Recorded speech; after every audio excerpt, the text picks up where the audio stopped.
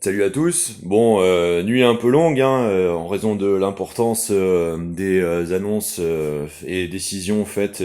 à l'Assemblée générale de l'ONU cette nuit. Je pense que nous sommes une immense majorité à observer notre complète déception vis-à-vis de la qualité des formulations et exigences proférées par l'usurpateur du pouvoir qui nous sert actuellement de prise en otage de notre image mondiale. Je voudrais vous assurer d'un certain nombre de choses. Quand bien même c'est un pas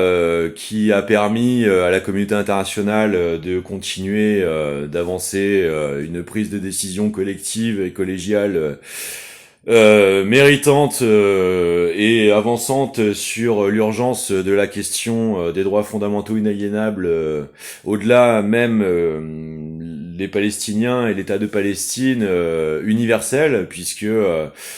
quoi de plus matriciellement techno-terroristo-fasciste que la tentative d'emprise sectaire sur l'opinion publique internationale du régime nétanyahuen et de son implicite plébiscite d'un laboratoire aérospatio-terroriste délocalisable,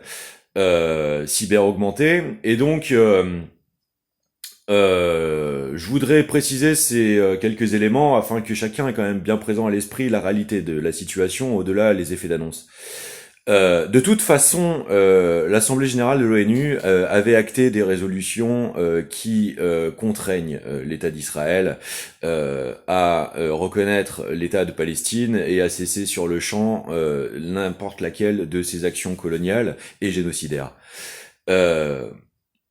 Emmanuel Macron vient de faire des gesticulations anachronistes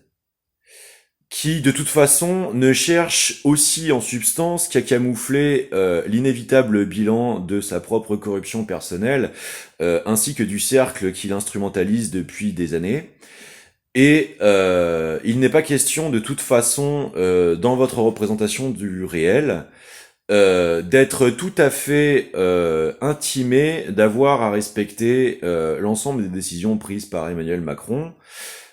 puisque de toute façon, l'exercice de son mandat présidentiel est plus que déjà largement entaché d'un sérieux nombre cumulé de manquements qui sont susceptibles d'annuler ses pouvoirs. Cette distinction est à mon sens tout à fait nécessaire. Emmanuel Macron fait partie de cette suite de présidents malheureuses qui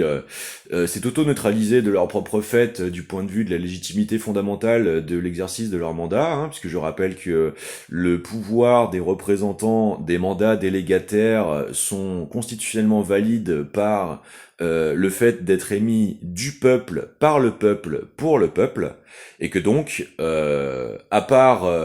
une corruption unilatérale d'un Conseil constitutionnel qui aurait actuellement, présentement, déjà statué du contraire, les propos que je viens de vous tenir sont tout à fait valables. Gardez bien ça présent à l'esprit, sur ce, je vous souhaite une bonne journée.